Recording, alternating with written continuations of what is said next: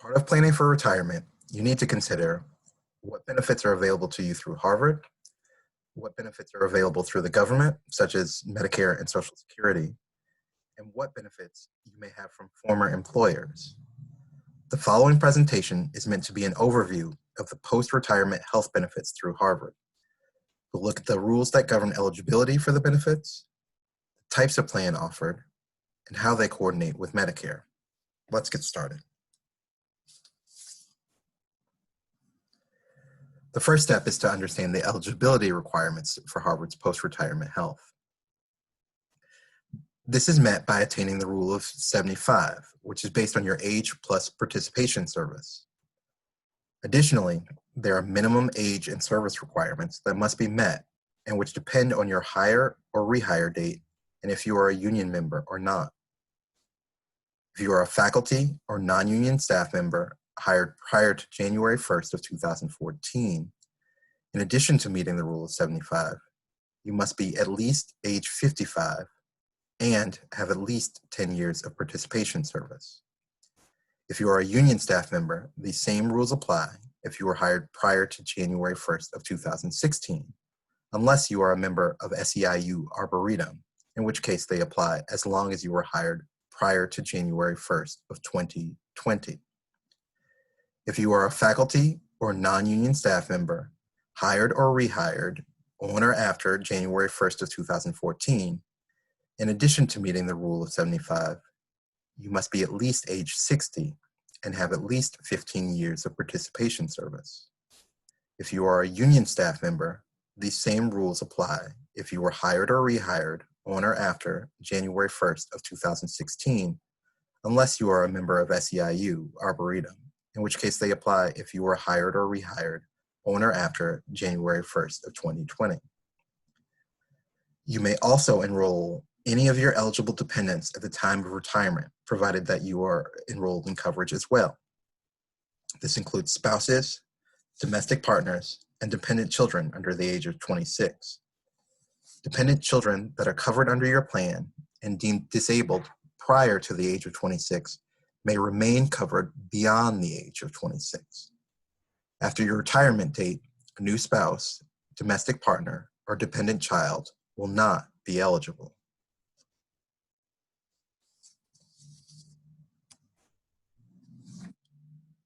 Eligible retirees and dependents under the age of 65 will be offered the same plans that are offered to active employees. Retirees can select the same plan they had as an employee, but they also have the option to change plans. Like active employees, the rates are tiered by full-time equivalent salary, and so the university will use the full-time equivalent salary at retirement for the purpose of retiree rates. Retired faculty and non-union staff hired prior to January 1st of 2014 and union staff hired prior to January 1st of 2016 will have the same rates as active employees, while retired faculty and non-union staff hired or rehired on or after January 1st of 2014 and union staff hired or rehired on or after January 1st of 2016 will have different rates. During annual open enrollment, any plan or rate changes will be communicated to retirees as well as active employees, and retirees will have the ability to make changes to their elections. Please note, if you are contributing to an HSA as part of your enrollment in a high deductible health plan, your ability to contribute ends with your employment at Harvard. You continue to have access to the money in this account for healthcare expenses into retirement. You can also use the account to pay for your Medicare premiums, though not your Harvard premiums.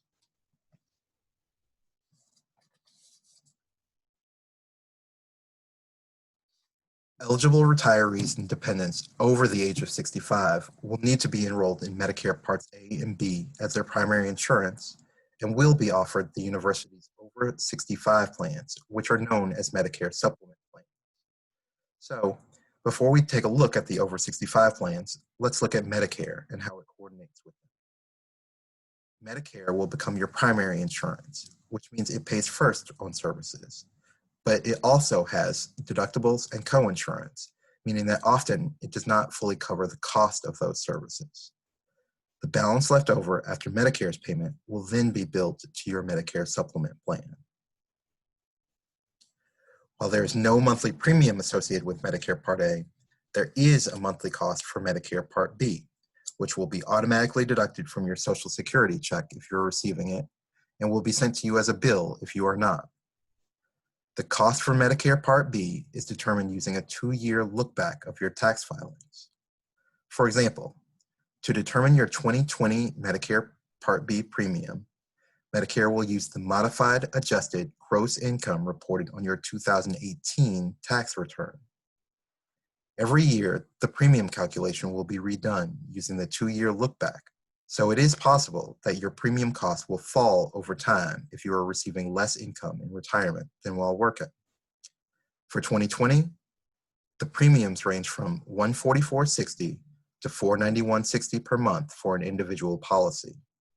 A chart with the full range of premiums can be found in the Health and Benefits section of the Preparing for Retirement page on Harvey.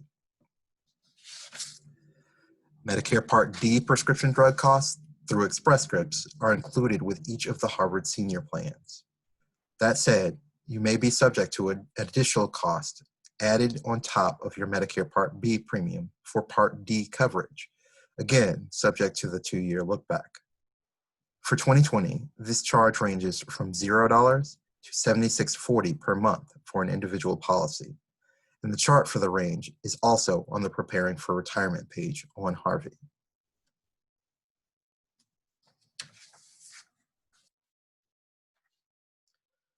Three Medicare supplement policies are available to eligible retirees and dependents over 65. Please note that the Medicare supplement policies offered are all individual plans, given that Medicare is individual coverage, and that it is possible for a retiree to be covered on an over 65 plan, while their eligible dependents are covered on an under 65 plan, and vice versa. Unlike coverage for the under 65 plans, the cost for an over 65 plan is based on your years of participation service. Retired faculty and non-union staff hired prior to January 1st of 2014 and union staff hired prior to January 1st of 2016 will receive the maximum subsidy from the university if they have accrued 20 or more years of participation service, while retired faculty and non-union staff hired or rehired on or after January 1st of 2014, and union staff hired or rehired on or after January 1st of 2016 will receive the maximum subsidy if they have accrued 30 or more years of service.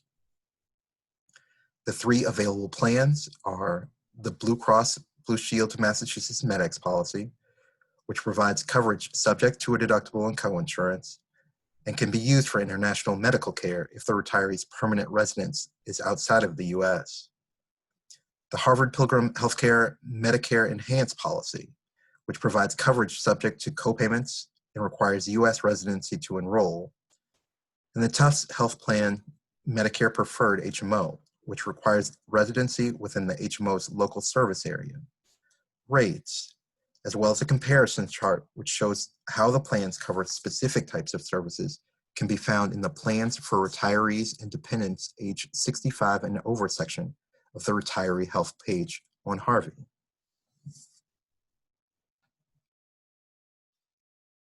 In addition to retiree medical, eligible retirees will also be offered retiree dental coverage.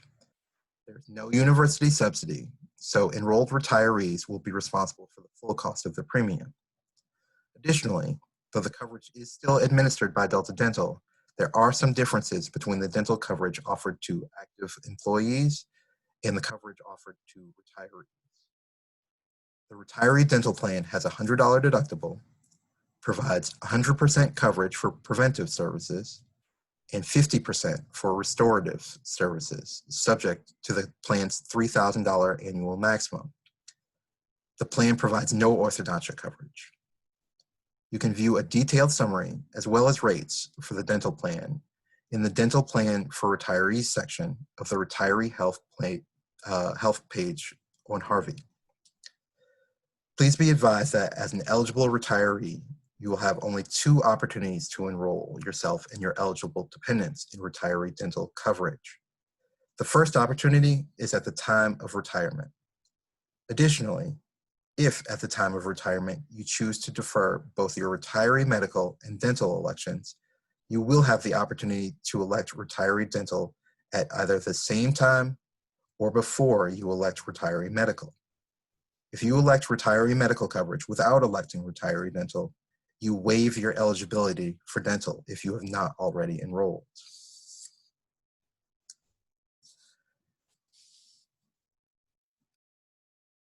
Eligible retirees under the age of 70 will be able to continue their basic and supplemental life insurance into retirement for a period of time. The basic or university provided life insurance will continue at no cost, while there is a cost associated with continuing supplemental life. Both the basic and supplemental life insurance will be subject to a 35% reduction on the July 1st following the retiree's 65th birthday if they were an hourly employee, or 66th birthday if they were salaried. All coverage ends as of the June 30th following the retiree's 70th birthday.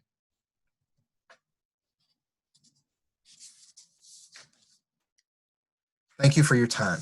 Please note that you can find further information at the following sites: hr.harvard.edu, specifically the Preparing for Retirement and Retiree Health pages, for information about the university's post-retirement health eligibility and options. www.medicare.gov for information about Medicare, and www.ssa.gov for questions regarding Social Security.